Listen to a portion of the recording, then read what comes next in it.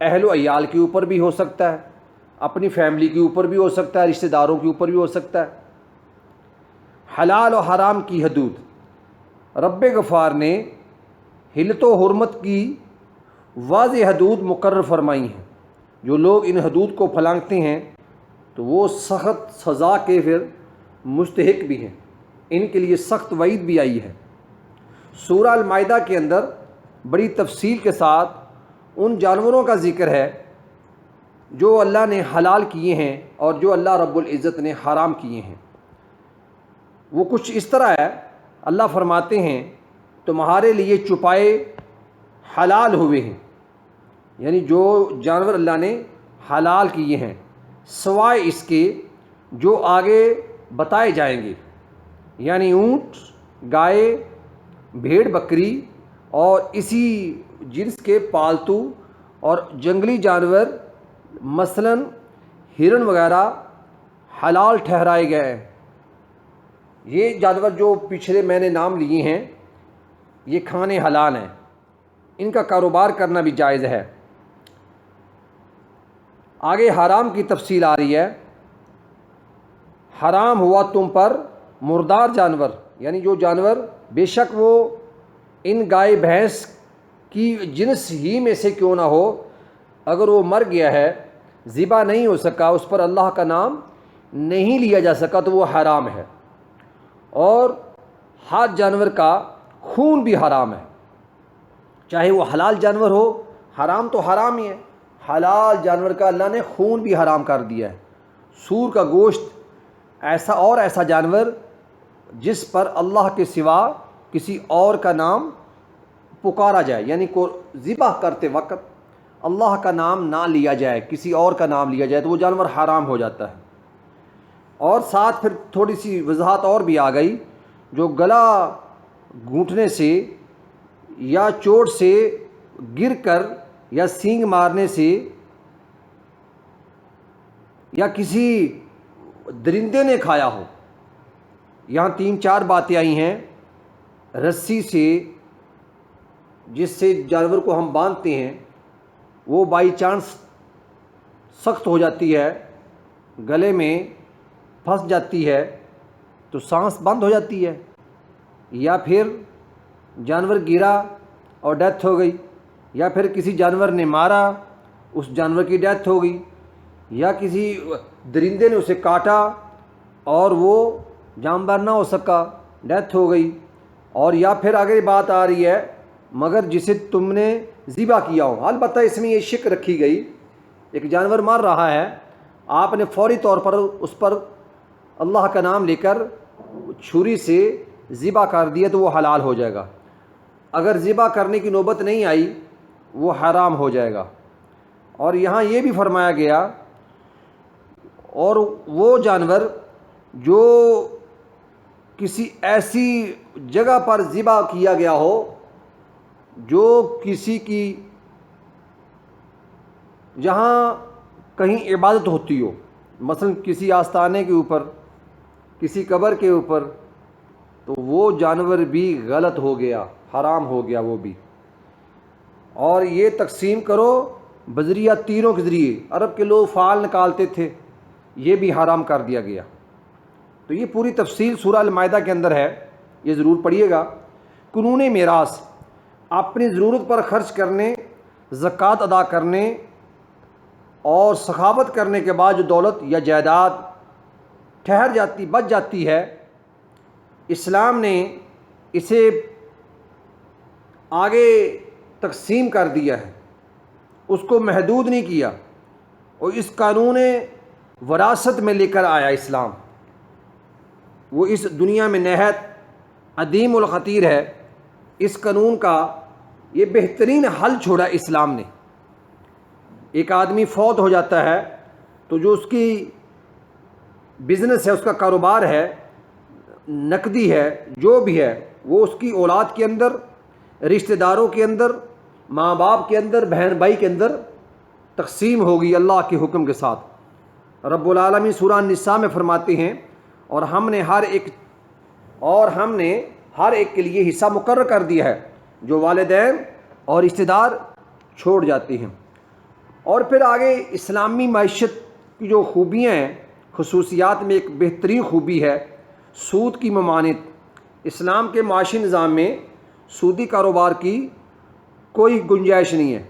اسلام روپے پیسے سے براہ راست روپے پیسہ کمانے کی ممانعت کرتا ہے۔ اس کی وجہ یہ ہے کہ اسلام سرمایہ کاری کو بڑھانے اور زر کو تیز کرنے، اشیاء کے لین دین پر رغبت پیدا کرنے کو اولین اہمیت دیتا ہے۔ سودی کاروبار سے غیر معاشی اور غیر اخلاقی سرگرمیوں کی حوصلہ افزائی ہوتی ہے، اور خود رب العالمین نے فرمایا ہے اللہ نے تجارت کو حلال اور سود کو حرام کر دیا ہے۔ اور سورہ البقرہ میں اللہ فرماتے ہیں اللہ تعالیٰ سود کو مٹاتے ہیں اور صدقات کو بڑھاتے ہیں۔ نجی ملکیت کا حق یہ اسلام دیتا ہے، اور یہ اسلام کا خاصہ ہے، خوبی ہے۔ اسلام نے ہر انسان کو حق دیا ہے کہ وہ جائیداد خرید سکتا ہے، پیسہ کما سکتا ہے، اور اپنی جائیداد میں اضافہ کر سکتا ہے، اپنے کاروبار کے اندر حلال معاشی ترقی کر سکتا ہے، رزق حرام سے بچتے ہوئے، حلال کی کاوش کرتے ہوئے وہ چاہے جتنی مرضی ترقی کر لے، اسلام نے اسے روکا نہیں، اس کو حق دیا ہے زمین کا، پیسے کا، کاروبار کا۔ اور اسلام نے اس میں ایک اور شے کا اضافہ کیا، وہ ہے قرض کی ترغیب، یعنی قرض حسنہ۔ ایک آدمی آپ سے پیسہ مانگتا ہے اپنی ضروریات پوری کرنے کے لیے، تو آپ بغیر سود کے قرض حسنہ دیں اسے، اور اس کی شرط کوئی بھی نہیں ہونی چاہیے۔ یہی ہے جتنی رقم آپ اسے دے رہے ہیں مقررہ مدت تک اتنی ہی واپس لیں گے۔ اگر بالفرض وہ واپس نہیں کر پاتا تو اس میں اضافہ نہیں کیا جائے گا، اور یہ فرمایا گیا کہ آپ اس کے لیے آسانی کر دیں، اور بہت بہتر ہے اس میں کچھ چھوٹ بھی دے دیں۔ تو یہ اسلام نے ایک بہترین وصف واضح کیا ہے۔ ایک اور خوبی ہے احتکار و ارتکاز کی ممانعت۔ آج کل کا معاشرہ انہی برائیوں میں گرفتار ہے کہ چند لوگ اکثریت کا استحصال کر کے دولت سمیٹ لیتے ہیں، اور پھر گردش زر روک جانے سے سوسائٹی کو مختلف دشواریوں کا سامنا کرنا پڑتا ہے۔ رب العالمین نے اس کی وضاحت سورہ توبہ میں اس طرح بیان فرمائی ہے، اور جو لوگ سونے اور چاندی کو خزانہ بنا کر رکھتے ہیں، اسے اللہ کی راہ میں خرچ نہیں کرتے، تو سو ان کے لیے دردناک عذاب کی خوشخبری دے دو، جس روز کے اس مال پر جہنم کی آگ دہکائی جائے گی، پھر اس سے ان کی پیشانیاں، پیٹھ، پہلو داغے جائیں گے۔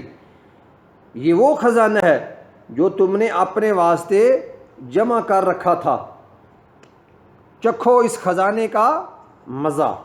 اس طرح اسلام میں مال کو مہنگا کرنے کے لیے ذخیرہ اندوزی اور اس طرح کی رسد میں مصنوعی طور پر کمی کے اضافہ کرنا بھی منع کر دیا ہے۔ اور اللہ کے نبی صلی اللہ علیہ وسلم نے فرمایا تاجر کو رزق ملتا ہے، غلہ روکنے والا ملعون ہے، یعنی اس پر اللہ کی لعنت ہے۔ یہ اسلام کی خوبیاں تھی ہماری اکانومی کے متعلق، معیشت کے متعلق۔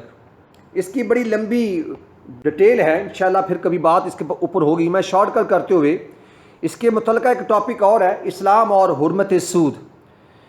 عزیز طلباء، آپ جانتے ہیں آج کل ہر طرف اس بات کا بڑا زور شور ہے، ہم قرض لیتے ہیں باہر سے، مختلف اداروں سے لیتے ہیں، ہماری گورنمنٹ قرضوں کے اوپر چلتی ہیں، اور مالیاتی ادارے ہیں، ورلڈ بینک ہے، IMF ہے، اس کے علاوہ باقی بہت ساری کچھ ایسی تنظیمیں ہیں اور ادارے اور بینک ہیں جو دوسرے ممالک کو بعض شرائط کے اوپر قرضہ دیتے ہیں۔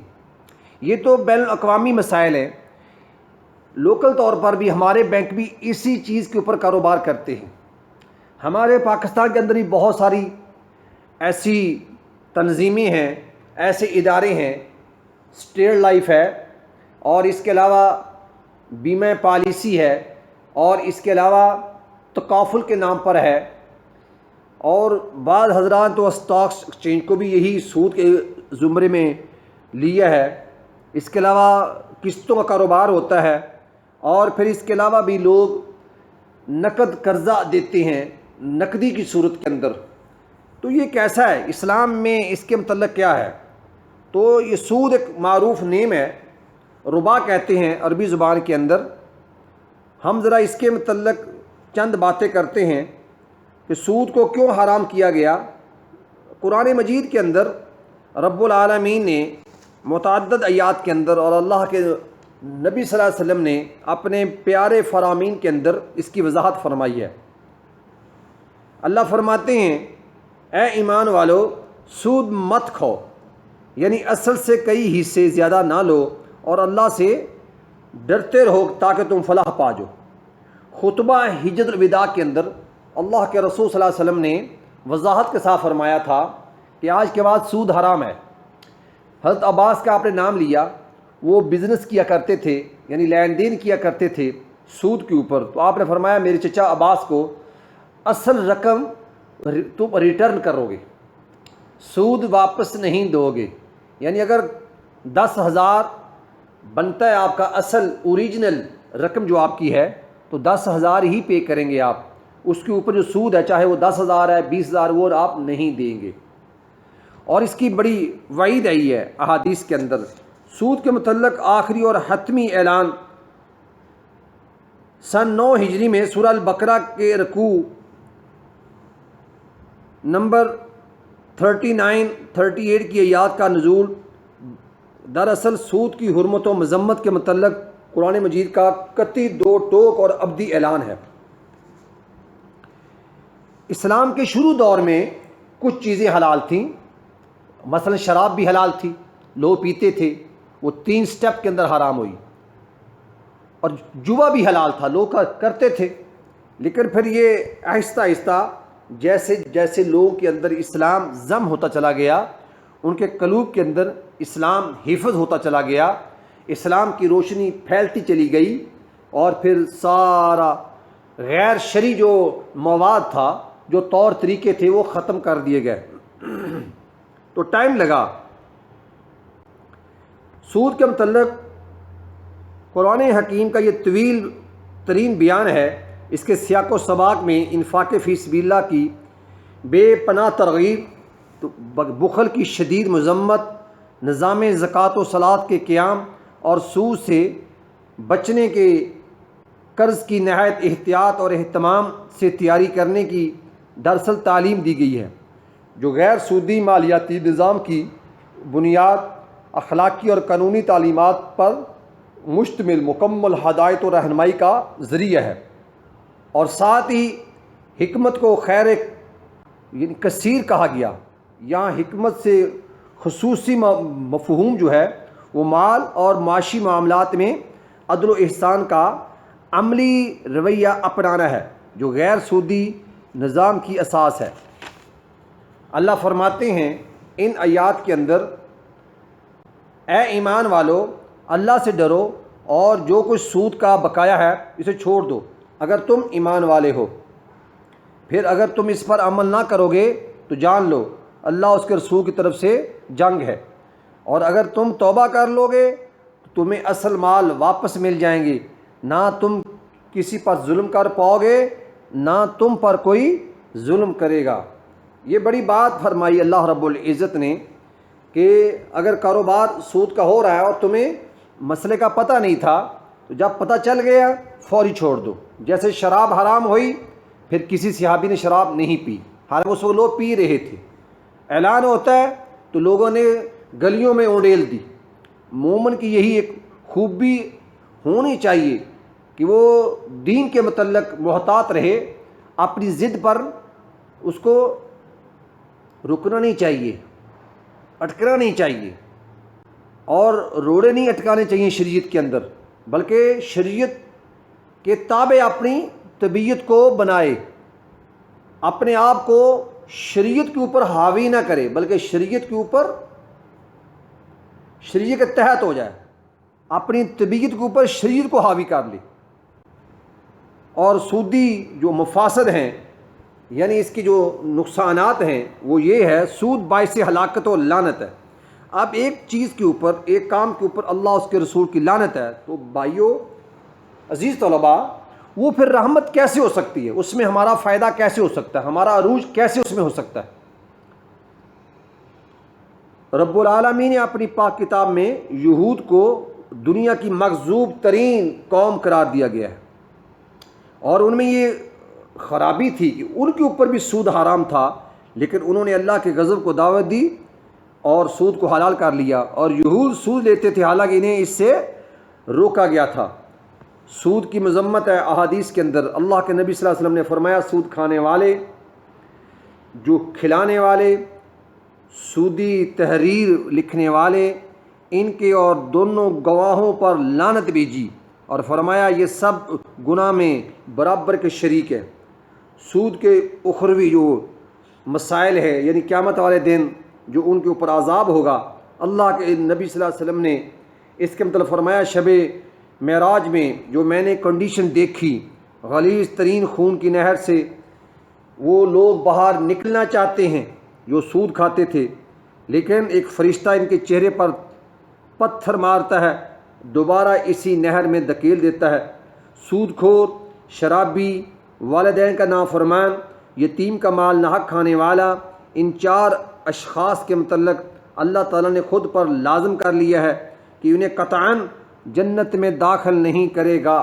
ہمیں بچنا چاہیے ان امور سے۔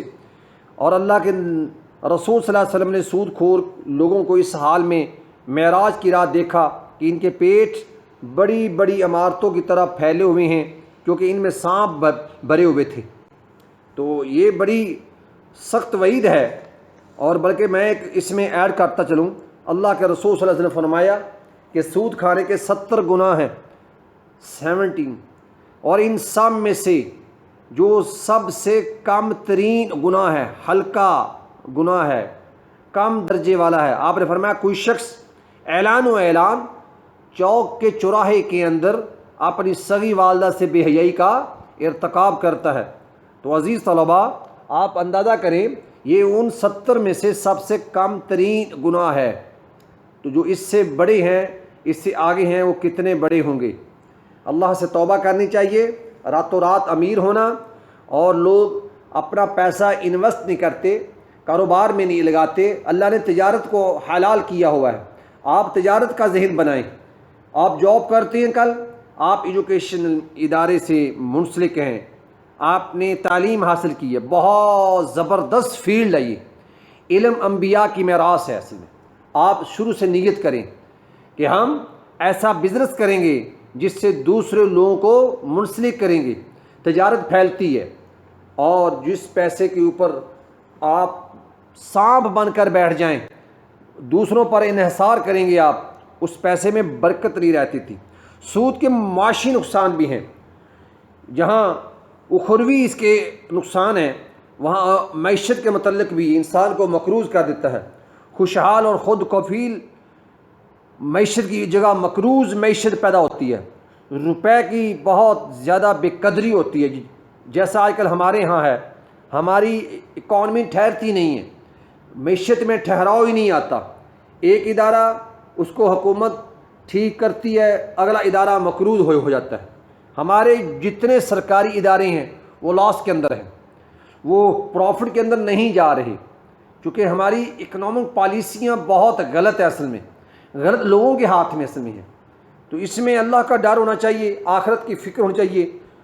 روپے کی بہت بڑی مقدار اشیاء خدمات کی خرید و فروخت کی بجائے سود حاصل کرنے کے لیے مخصوص ہو جاتی ہے، اس سے معاشی زندگی مفلوج ہو جاتی ہے، اور پھر معاشی طور پر سرمایہ دارانہ جو مظالم ہیں وہ اس کی بنیاد پڑ جاتی ہے۔ سود سرمایہ داری کی بنیاد اور جڑ ہے۔ سرمایہ داری نظام کے تمام مظالم اور استحصال کا واحد ذریعہ سود ہی ہے۔ اجارہ داری اور مہنگائی، ظلم، زیادتی، یہ ساری جو برائیاں ہیں یہ سود کی پیداوار ہے۔ ارتکاز و دولت، ارتکاز دولت، دولت کا چند ہاتھوں میں جمع ہونا، کثیر تعداد میں لوگوں کا زندگی کی بنیادی ضروریات سے محروم ہونا ارتکاز دولت کہلاتا ہے۔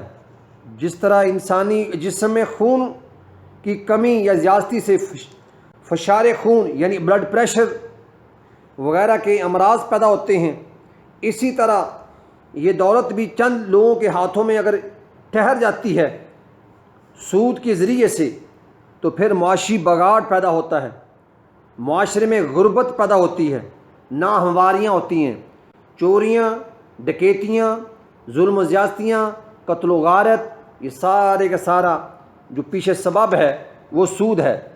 معاشی استحصال ہوتا ہے، بغیر محنت اور خدمت کے دولت حاصل کرنا۔ سود خور کسی محنت یا خدمت کے بغیر ہی محنت کش طبقے کی دولت کا بہت بڑا حصہ وہ سمیٹ لیتا ہے، اس کو کسی سے کوئی غرض نہیں ہوتی، کوئی مر رہا ہے، کوئی کمزور ہے، وہ ان مسائل میں الجھتے ہی نہیں ہیں۔ قوت خرید میں کمی ہو جاتی ہے، یہ سود کی وجہ سے ہے۔ معاشی نقطۂ نظر سے سود کی وجہ سے لوگوں کی قوت خرید کم ہوتی ہے۔ قوت خرید کی یہ کمی رسد کی کمی کا باعث بن کر مجموعی پیداوار میں کمی، معاشی سرگرمیوں میں رکاوٹ کا ذریعہ ہوتی ہے، بے روزگاری میں اضافہ ہوتا ہے۔ یہ ساری جو بے روزگاری کے مسائل ہیں، سود سے بے روزگاری بڑھتی ہے، سود بڑھنے سے روزگار کے مواقع کم ہوتے ہیں اور سود کم ہونے سے روزگار کے مواقع بڑھتے ہیں۔ ظاہر ہے جب تجوریوں میں محفوظ کیا جائے گا یا سود کمانے میں لگا جائے گا تو ظاہر ہے پھر جو تجارتی اور زرعی سرگرمیاں ہیں وہ ماند پڑ جائیں گی۔ محنت کی حوصلہ شکنی اور مفت خوری کا رجحان یہ صرف سود کی وجہ سے ہوتا ہے۔ تو عزیز طلباء، میں نے چند ایک باتیں اختصار کے ساتھ آپ کے ساتھ شیئر کی، بغور مطالعہ اپنی کتاب میں ضرور کیجیے گا۔ کوئی ٹاپک اگر اس میں سمجھ نہ آئے تو رابطہ کر لیجیے گا۔ میں اس سارے ٹاپک کو اختصار میں کرتے ہوئے اینڈ پر آتے ہیں۔ آگے ہمارا ٹاپک ہے خلافت راشدہ اور اس کی خصوصیات۔ بیچ میں ایک دو ٹاپک ہیں وہ ہمارے سلیبس کے متعلق تو ہیں لیکن امتحان میں اس میں بہت کم چانسز ہوتے ہیں سوالات کے۔ اب باب نمبر 11 میں آتا ہوں۔ آپ کی جو کتاب ہے اس میں 334 پیج ہے، اس پر ایک بہت میجر سوال ہے، ہمارے سلیبس کا بہت معروف سوال ہے، خلافت راشدہ کیا ہے اور اس کی مین خصوصیات کیا تھی؟ رشد و ہدایت پر مبنی خلافت کو خلافت راشدہ کہا جاتا ہے۔ چنانچہ خلافت راشدہ کے حامل افراد کو خلیفہ راشد یا خلفۂ راشدین کے معزز لقب سے موسوم کرتے ہیں۔ تاریخ میں اس سے مراد وہ سنہری دور ہے جو حضور اکرم صلی اللہ علیہ وسلم کے وصال کے بعد حضرت ابوبکر صدیق رضی اللہ عنہ کی خلافت سے شروع ہو کر حضرت حسن رضی اللہ تعالیٰ عنہ تک جاتا ہے۔ ہم اختصار کے ساتھ اس کی خصوصیات بیان کرتے ہیں کہ خلافت راشدہ اور جو موجودہ ہماری جمہوریت ہے، جو موجودہ سسٹم چل رہا ہے بہت سارے ممالک کے اندر بشمول پاکستان، لوگ اس کے اوپر بہت سارے اخراجات کرتے ہیں۔ ایک حکومت مارز وجود میں آتی ہے، پھر اس کے مخالف ہوتے ہیں، یہی لڑائیاں جھگڑے 4-5 سال جاری ہوتے ہیں، الزامات، ایک دوسرے کے اوپر کیچڑ اچھالنا، ایک دوسرے کی کردار کے اوپر نکتہ چینی کرنا، بدنام کرنا، بے عزت کرنا، یہ ہے موجودہ ہماری جمہوریت۔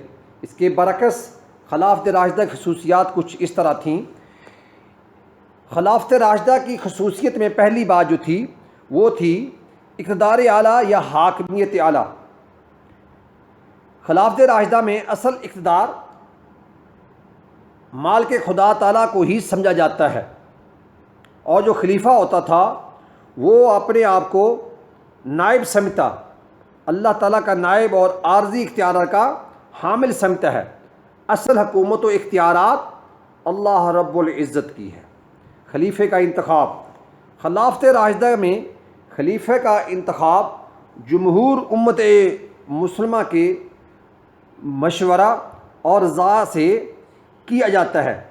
اسلام سے قبل سرداری سسٹم تھا، سردار مقرر ہوتے تھے، بادشاہ کا دورہ تھا، موروثی قانون کے تحت مرنے والے کا بیٹا، اس کا بھائی وہ سردار ہوتا یا بادشاہ بن جاتا تھا۔ یہ حقیقت کھل کر سامنے آ گئی، یہ سسٹم ٹھیک نہیں ہے۔ تو پھر ان خلفاء کا جو انتخاب ہوتا تھا وہ جو مسلمانوں کے مشورہ، رضامندی اور ان کی پسند سے اسلام کے اس عہدے پر بڑے اعتدال کے ساتھ اور عدل کے ساتھ خلیفے کا باہمی مشاورت سے انتخاب ہوتا تھا۔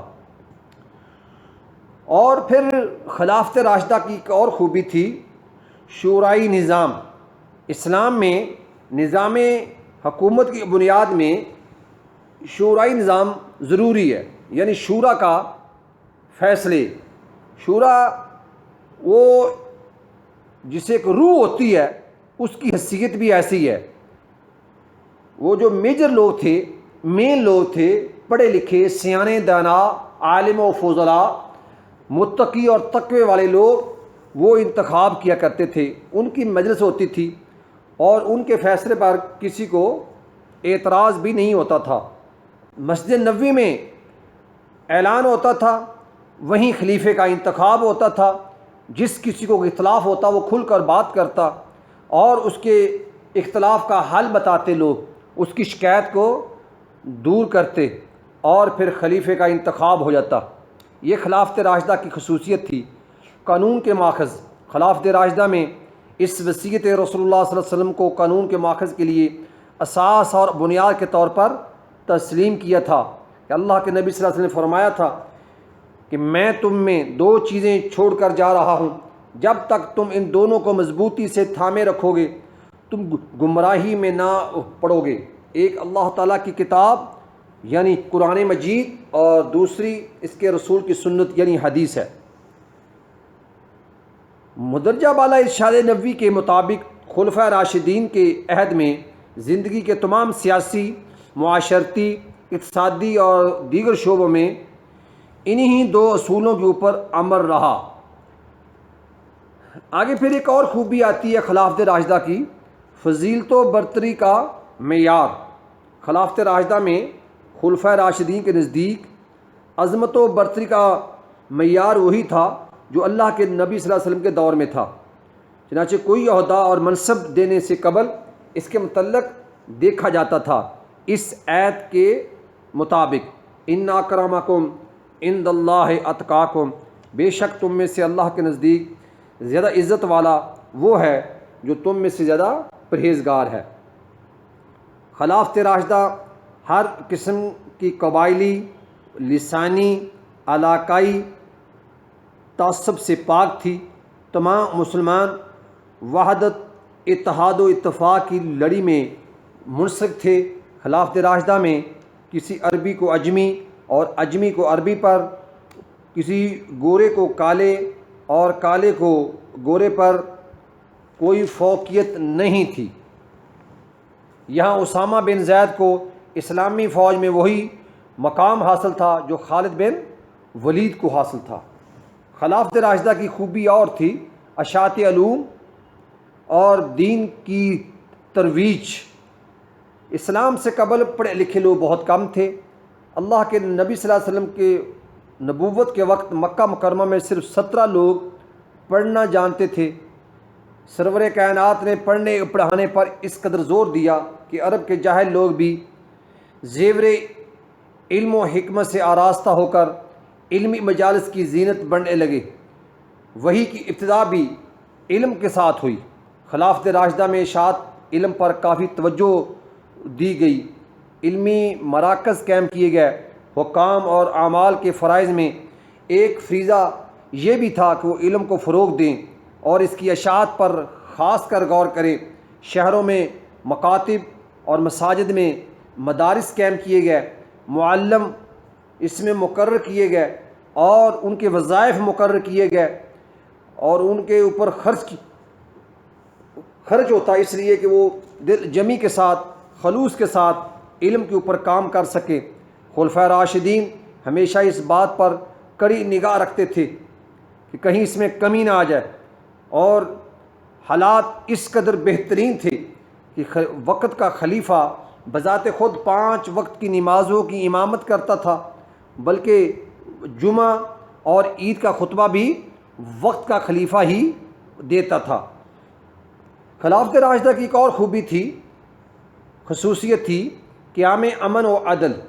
خلافت راشدہ امن کا داعی ہوتی، یہ قتل و غارت، ظلم و زیادتی سے منع کرتی، ایسے تمام معاملات اور امور کو ختم کرنے کی سعی اور کوشش کی جاتی جو قیام عمل میں خلل کا باعث ہوتی۔ چوری، ڈکیتی، بے حیائی، فحاشی اور منکرات کو مٹانا ان کا اصل فرض تھا۔ عدل و انصاف کو قائم کرنا خلفائے راشدین کی زندگی میں بہترین انصاف رہا۔ خلیفہ وقت سارے قوانین کو پہلے اپنے اوپر نافذ کرتا۔ خلافت راشدہ میں عدل و انصاف کی برتری کا یہ عالم تھا کہ حضرت علی رضی اللہ تعالیٰ عنہ اپنے قاضی کی عدالت میں مدعی کے طور پر پیش ہوئے۔ قاضی کی طرف سے ان کے حق میں بیٹے اور غلام کی گواہی نہ قبول ہونے کی صورت میں وہ خندہ پیشانی سے عدالت کے فیصلے کو تسلیم کرتے ہیں، کوئی اعتراض نہیں کرتے، کوئی ڈانٹ ڈپٹ جج کے اوپر نہیں کرتے۔ بیت المال کا قیام ہے، یہ بھی خلافت راشدہ کا بہترین ایک کام تھا کہ انہوں نے ایک ایسا ادارہ بنایا جہاں لوگوں کی امانتیں اکٹھی ہوتی، ان کے صدقات، ان کی زکوٰۃ و خیرات، سارا مال جسے آج کل ہم ٹیکس کہتے ہیں، تو پوری اسٹیٹ کا ایک مین بیت المال ہوتا، اور پھر دوسرے علاقوں میں اس کی شاخیں ہوتی، جیسے ہمارا ایک بینک ہے اسٹیٹ بینک، اور اس کے علاوہ ہر ضلع کے اندر، ہر تحصیل کے اندر پھر اس کی شاخیں آگے ہیں مختلف بینکوں کی۔ تو یہ پیسے کا لین دین ہوتا ہے، لیکن اس صورت میں بیت المال کا قیام تھا، اس میں ایک پورا ریکارڈ تھا، اور جو خلیفہ وقت ہوتا تھا اس کے وہ انڈر نہیں ہوتا تھا۔ ایسا نہیں ہوتا تھا کہ وہ اس پیسے کے اوپر قابض ہے، نہیں، خلیفہ وقت اس میں سے اتنا ہی پیسہ لیتا تھا جتنا اس کا آسانی کے ساتھ گزارا ہوتا تھا۔ آسانی سے مراد دین کے مطابق تھی، تقوی کے مطابق، اور اس میں پرہیزگاری تھی۔ سارے خلفاء نے بس اپنے آپ کو محدود رکھا اور اس کو امانت خیال کیا۔ حضرت عثمان رضی اللہ تعالیٰ عنہ تو اس خزانے سے یعنی بیت المال سے وظیفہ لیتے بھی نہیں تھے، باقی خلفاء نے معمولی وظیفہ وصول کیا۔ حضرت عمر کے متعلق آتا ہے جو وہ قمیض پہنتے تھے اس پر 17 ٹانکے لگے ہوئے تھے، اور کپڑا اچھا پہننے میں یا اچھا کھانے میں بہت احتیاط کرتے تھے۔ حضرت ابوبکر صدیق کی زندگی بھی اسی طرح گئی کہ جب ان کی ڈیتھ ہوئی، وہ اس کائنات سے گئے، تو حضرت عائشہ رضی اللہ تعالیٰ عنہ رونے لگ گئی۔ جب ابوبکر صدیق نے پوچھا روتی کیوں ہو، تو اماں عائشہ صدیقہ نے فرمایا کہ مسلمانوں کا خلیفہ جا رہا ہے تو گھر میں نیا کفن بھی نہیں ہے، اس کے پیسے بھی نہیں ہیں۔ تو آپ ہنس پڑے، اطمینان کے ساتھ کہا کہ بیٹا اگر نئے کپڑے مل جائیں یا اتنے پیسے حاصل ہو جائیں تو کسی زندہ پر خرچ کرنا، مرنے والے کو اس کی ضرورت نہیں ہوتی۔ بیٹا بات اعمال کی ہے، کپڑے کی نہیں ہے۔ میں نے جو لباس پہنا ہوا ہے اسی میں میری تکفین کر دینا، عمل اچھے ہونے چاہیے، لباس کی بات نہیں ہے۔ تو آج ہمارے ہاں اس چیز کا بڑا فقدان ہے، ہم قبروں پر خرچ کرتے ہیں، زندہ انسانوں پر خرچ نہیں کرتے۔ خلفائے راشدین کے دور میں جو ایک بہت بڑی خوبی اور تھی، خصوصیات تھی، ویسے تو بہت ساری خصوصیات ہیں، اس میں چیدہ میں بات کر رہا ہوں، اس میں یہ بھی تھی بات آزادی رائے، آزادی اظہار رائے۔ خلیفہ کے سامنے ہر آدمی کو حق تھا کہ وہ اپنی بات کر سکے، اپنی رائے، اپنی شکایت، اپنا اعتراض بیان کرے۔ خلیفہ ان کی بات سنتا تھا بڑے خاموش ہو کر، ادب و احترام کے ساتھ، اور جو اس کو تکلیف ہوتی اس کو دور کرتا تھا۔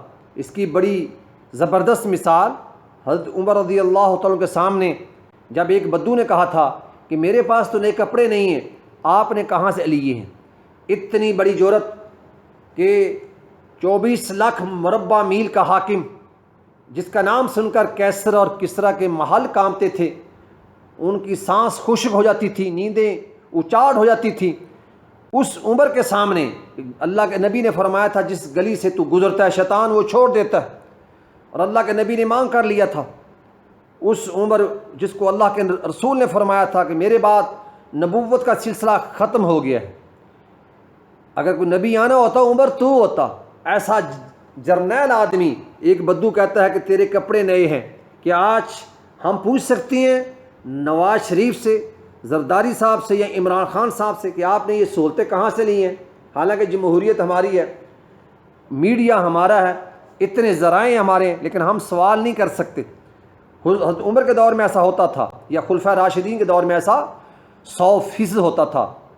حضرت عمر رضی اللہ عنہ فرمایا بھائی اس کا جواب میرا بیٹا عبداللہ دے گا۔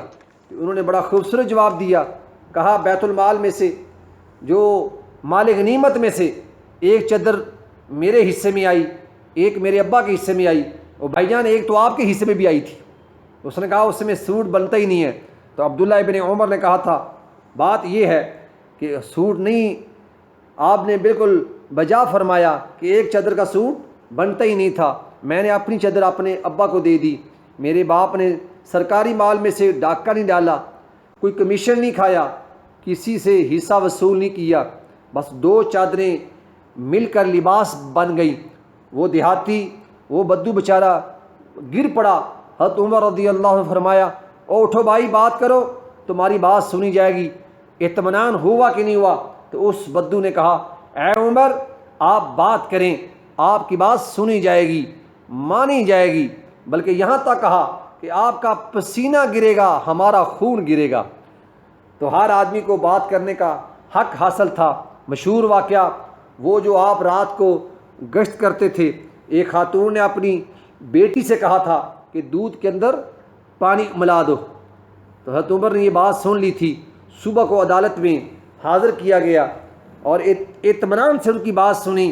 جب خاتون نے بات کر لی تو آپ نے فرمایا اللہ والی، اے خاتون، اے اللہ کی بندی، اس بچی کا رشتہ مجھے دے دے، میں اس کو اپنے بیٹے کی بیوی کے طور پر پسند کرتا ہوں، ایماندار لوگ مجھے چاہیے۔ حضرت عمر کا تو یہ حالات تھا، اور خلفائے راشدین کے یہ بہترین اوصاف تھے۔ اور خوبیوں میں سے ایک خوبی اور بھی تھی، رعایا کی فلاح و بہبود اور ذمیوں سے سلوک۔ وہ لوگ اپنے عوام کا خیال کرتے تھے، رات کو گشت کرتے تھے، کم سوتے تھے، کم کھاتے تھے، اور اپنی عوام کے حقوق کے لیے خلفائے راشدین نے بہت زیادہ کام کیے جو وہ کر سکتے تھے۔ اس دور میں انہوں نے زراعت کے اوپر کام کیا، اور انہوں نے ادارے تعمیر کیے، جیلیں تعمیر کیں، فوجی سسٹم اس کے اوپر کام کیا، اور صوبائی نظام حکومت کو متحرک کیا۔ کیونکہ جب اسلامی فتوحات پھیلیں، علاقوں کے اندر وسعت ہوئی، تو پھر گورنر مقرر کیے گئے ہر علاقے کے اندر، اور نظام عدل رکھا گیا، ان کا محاسبہ ہوتا۔ کسی گورنر کو یہ جرأت نہ ہوتی تھی کہ وہ کسی آدمی کے اوپر ظلم کر سکے، ان کے حقوق چھین سکے، اور اپنا ذاتی کاروبار کر سکیں، اپنی دولت میں اضافہ کر سکیں۔ ایسا نہیں، ہر آدمی کا احتساب ہوتا تھا، اور خاص ہدایات تھیں۔ ہر آدمی کو یہ حق حاصل تھا کہ وہ خلیفے تک اس کی اپروچ تھی، اس کی زندگی کو پڑھ سکتا تھا۔ اور پھر ایک خوبی اور بھی خلافت راشدہ میں آئی کہ باقاعدہ آرمی کا شعبہ، ڈاک کا شعبہ، پولیس کا شعبہ، بہت زبردست ایسے ادارے مارد وجود میں آئے کہ جس کے ذریعے عام آدمی کو سہولتیں ملنا شروع ہوئیں، اور پرہیزگاری کے اوپر، نیکی کے اوپر۔ آپ سن کر حیران ہوں گے کہ اتنا بڑا کام ہوا۔ حضرت عمر رضی اللہ تعالیٰ عنہ کی جو خلافت تھی وہ تقریباً 10 سال کے عرصے پر تھی، تو انہوں نے سن ہجری کی ابتدا کی، بیت المال کا قیام ہوا، فوج کی تنظیم، عدالتوں کا قیام، زمین کی پامائش کرنا، امیر المؤمنین کا لقب اختیار، عشر اور اس کے علاوہ جیل خانے، محکمہ پولیس کا قیام اور مردم شماری، نئے شہر آباد کرنا، نئی نہریں، اور پھر نماز تراویح کا اہتمام کیا، شرابی کی حد مقرر کی، فوجی گھوڑوں پر سرکاری نشان، مسافروں کے لیے مسافر خانے اور دریائی کی پیداوار محصول، اس کے متعلق سارا حساب، اور فقہ پر کام، نماز فجر کی اذان میں الصلاۃ خیر من النوم کا الفاظ کا شامل کرنا، نماز جنازہ میں 4 تکبیروں پر سب مسلمانوں کو اکٹھا کرنا، اور پھر اس کے علاوہ مساجد میں روشنی کا اہتمام، لاوارث کی پرورش، مؤذن اور ائمہ کے وظائف مقرر کرنا، اور فنی مدارس قائم کرنا، مساجد میں وعظ کا اہتمام، اور جو قیدی لوگ تھے ان کے حقوق، ان کے وظائف، قیاس کا اصول قائم کرنا، مکہ اور مدینہ کے مابین سڑک کی تعمیر، کسٹم کا محکمہ، یہ سارے امور خلافت راشدہ کے دور میں ہوئے اور بہترین طور پر اس کو چلایا گیا، ان امور کو سنبھالا گیا اور ان امور کی نگہداشت کی گئی۔ یہ خلفائے راشدین کی بہترین حکمت عملی تھی، شرعی قوانین کے اوپر کوئی کمپرومائز نہیں ہوتا تھا، زکوٰۃ کا بہترین نظام تھا، عدل تھا اور امن و سکون تھا، کسی کو یہ جرأت نہیں ہوتی تھی وہ کسی کے اوپر ظلم کر سکے اور کسی کا حق کھا سکے۔ یہ خلفائے راشدین کا جو دور تھا یہ بہترین اسلامی ہسٹری کا روشن دور تھا۔ میں امید کرتا ہوں عزیز طلباء آپ نے اس میں بہت ساری چیزوں کے اوپر غور کیا ہوگا، مزید کچھ ابہام رہ گیا ہو تو پھر بات ہو سکتی ہے۔ اپنا خیال کیجیے گا۔ اللہ حافظ۔ السلام علیکم ورحمۃ اللہ وبرکاتہ۔ بسم اللہ الرحمن الرحیم۔ السلام علیکم ورحمۃ اللہ وبرکاتہ۔ عزیز طلباء، میں محمد رمضان صدیقی، لیکچرار اسلامیات اور عربک۔ آج ہمارا لیکچر نمبر 7 ہے اور باب نمبر 9 ہے۔ ہمارا ٹاپک ہے آج اسلامی معیشت کے بنیادی تصورات، basic concept of Islamic economy. معاشیات کو اقتصادیات بھی کہا جاتا ہے اور اصطلاحی معنی کے اندر علم الاقتصاد سے مراد وہ علم ہے جو معاشی وسائل کے حصول، دولت و ثروت کمانے کے مناسب طریقے اور اس کے خرچ و استعمال کے متعلق ہماری رہنمائی کرتا ہے۔ اس علم میں زیادہ تر اجتماعی زندگی کے حوالے سے معاشی وسائل اور مسائل کا مطالعہ کیا جاتا ہے، پھر اس کی تقسیم اور تبادلے پر بحث کی جاتی ہے۔ اس چیپٹر میں جو معروف سوال ہے وہ ہے اسلام کے معاشی نظام کی خصوصیات۔ ویسے اس میں بہت سارے ٹاپک ہیں لیکن ہم شارٹ کرتے ہوئے جو مین سوال ہے اس پر بات کرتے ہیں۔ اسلامی معاشی نظام کی خصوصیات۔ ہر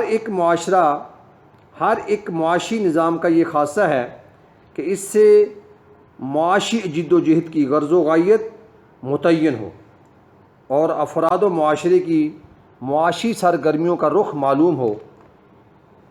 انہی نکات کی بنا پر دنیا میں مختلف معاشی نظام مارد وجود میں آتے ہیں، لہذا ہم یہ دیکھتے ہیں کہ اسلام نے اس بارے میں کیا کہا ہے، کیا خصوصیات ہیں۔